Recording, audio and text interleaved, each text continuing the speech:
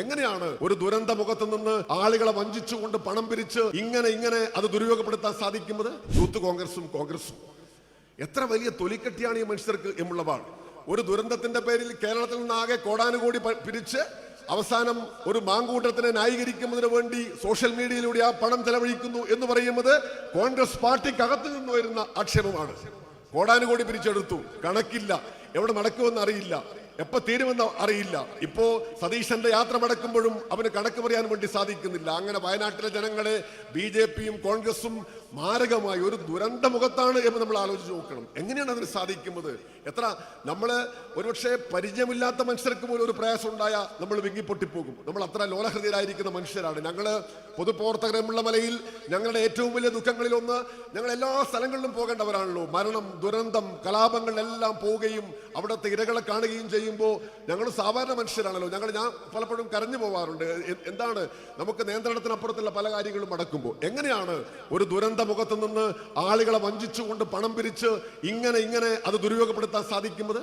എങ്ങനെയാണ് 2221 കോടി രൂപ ഒരു പ്രൊജക്ട് ഗവൺമെന്റ് സമഗ്രമായി സമർപ്പിച്ചിട്ടും ദിവസങ്ങളായിട്ടും ഒന്നും ചെയ്യാതിരിക്കാൻ ഒരു കേന്ദ്ര ഗവൺമെന്റ് സാധിക്കുന്നത്?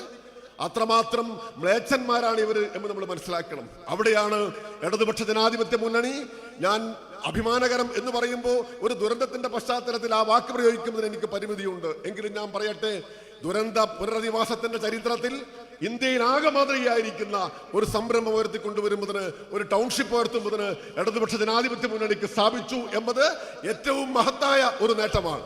മുണ്ടക്കൈയിലും ചുരൽമയിലും മരിച്ചു വീണ നിരവധി മനുഷ്യരുടെ സ്മരണ ഉണ്ടാകുമ്പോഴും ഈ ടൗൺഷിപ്പ് എന്ന് പറയുന്നത് ഏറ്റവും അഭിമാനകരമായ ഒരു യാഥാർത്ഥ്യമായി നമ്മുടെ മുമ്പിൽ നിൽക്കുന്നു. അതാണ് LDFന്റെ ഇച്ഛാശക്തി എന്ന് പറയുന്നത്. നമ്മൾ പതറിയില്ല.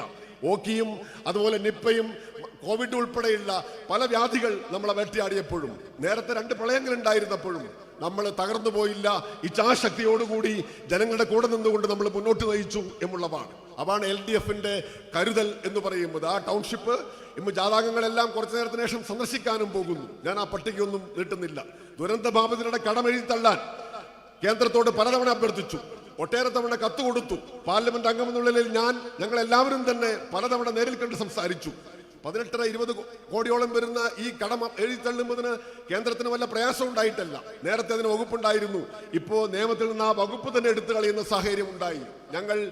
പക്ഷെ ഗവൺമെന്റ് നിക്ഷേപിച്ചു. കേന്ദ്രം, ഈ ഗവൺമെന്റ് അതിനുള്ള തീരുമാനമെടുത്തു. ആ പട്ടിക ഞാൻ നീട്ടുന്നില്ല. ഇതെല്ലാം ചെയ്യുമ്പോഴും ചിലർ കേരളത്തിൽ പ്രചരിപ്പിക്കുന്നത് കേരളം കടക്കണിയിലേക്ക് പോകുന്നു എന്നുള്ളതാണ്. വളരെ തെറ്റായ ചില പ്രചാരണം നടത്തുകയാണ്. ഇതെല്ലാം ചെയ്യുമ്പോൾ വലിയ കടമുണ്ടായിരിക്കുന്നു എന്നുള്ളതാണ്. ആ ബുദ്ധികളോട് പറയാൻ ഞാൻ ആഗ്രഹിക്കുന്നു, അതൊരു നുണപ്രചാരണമാണ്. സംസ്ഥാനങ്ങളുടെ കടമെടുത്താൽ കേരളം ഇന്ത്യയിൽ 17ഓ 18ആമത്തെയോ സ്ഥാനത്താണ് എന്ന വസ്തുത അവർ മറന്നു പോകുന്നു. കേരളം എന്ന് പറയുന്നത് വാസ്തവത്തിൽ പൊതുകടത്തിന്റെ അളവ് കുറഞ്ഞു വരുന്ന ഒരു സംസ്ഥാനമാണ്.